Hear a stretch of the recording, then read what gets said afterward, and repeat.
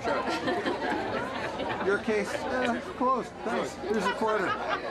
Okay, thank you very much.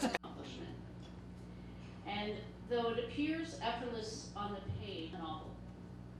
When Tony was working on his second novel, Flight of Aquavit, there was one scene, and I remember just one, really. It was a small thing, and I recommended to him to cut the scene.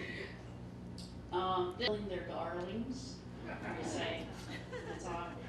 We bantered about it for a bit, and never wasted, and that there will always be rich emotion to mine, any consciously or unconsciously, I don't know, revisited some of the similarities of that scene from Flight of Aquavit in Sundowner Ubuntu.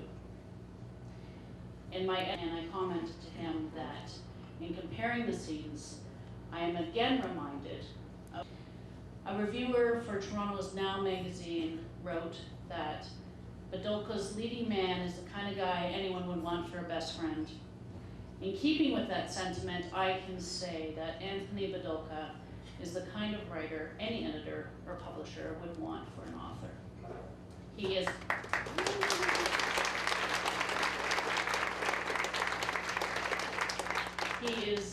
and to his audience. Please welcome your homegrown Anthony Badolka.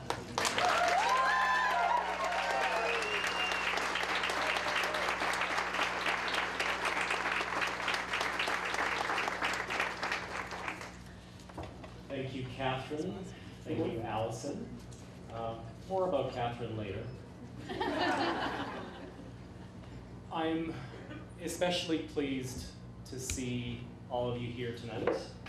This evening is, in a way, a bit of a bittersweet one for me, in that for the first time in 5 years and over 5 books, I am unable to say, see you same place, same time next year. As some of you already know, there will not be a Russell Quant next fall. And, you know, the first book in the series was published in 2003. And since that time, I have had the great fortune to not only write, but publish a book a year ever since then.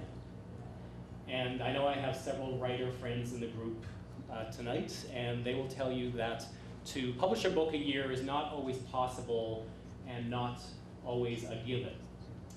And if my publisher had their way, there would be a Russell Quant, fall '08.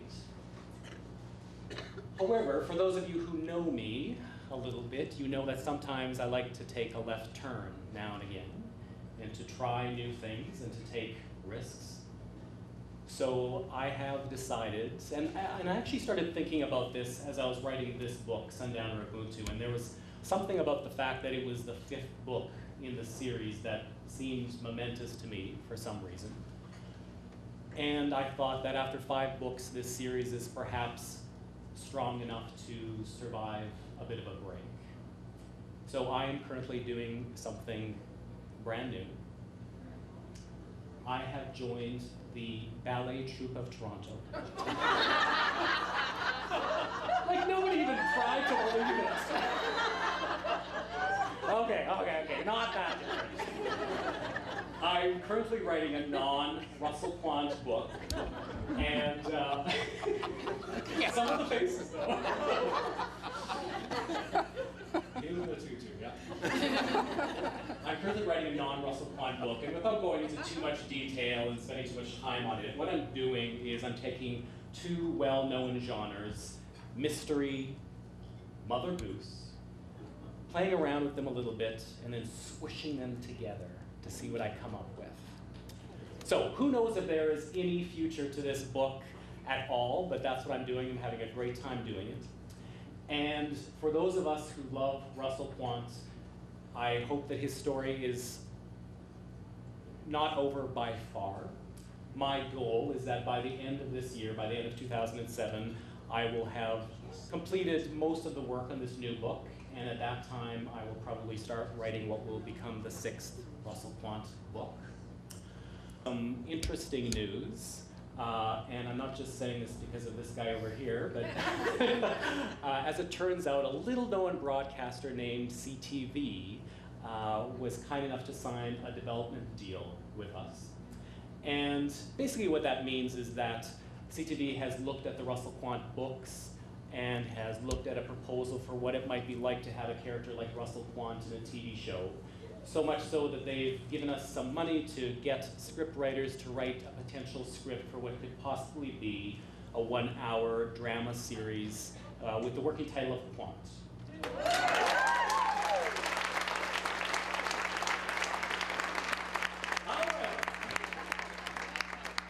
However, I have little or no experience in something interesting, and I'm a positive guy, and I could believe that in the perfect world, all of us could be in this very room in, say, like about 2 years, let's say fall 2009.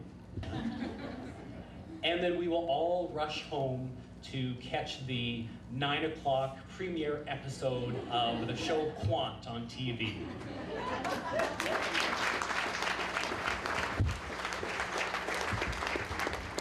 In a not-so-perfect world, I warn all of you to screen your calls because I may be calling you up for a job. Thank you. Craig is over there.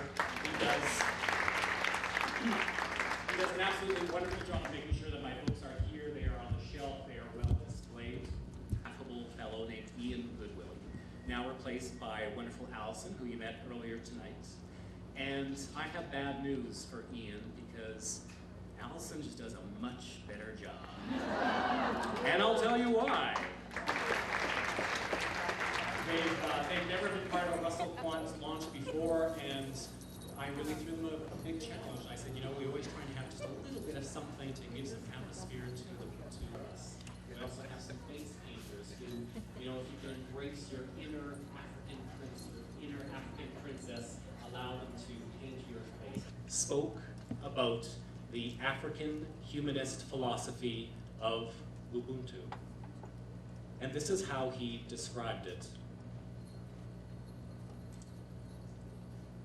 Roughly translated, Ubuntu means I am, and as our common humanity, because we could not exist in any meaningful sense. Someone who just happened to walk in and are joining us for the first time this year. We are a community, and Ubuntu says, there's nothing that you can do that doesn't affect you. There's nothing that you can do that doesn't affect you, good or bad.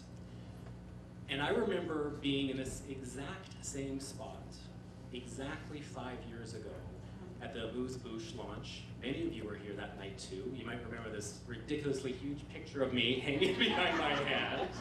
And I remember before the event thinking, like, you know, nobody's gonna come to this. I mean, I was an accountant, for God's sakes. What have I done? And then you all showed up. And I know that if you hadn't been there that night, and I remember referring to my experience was thinking that I am taking a leap. And I described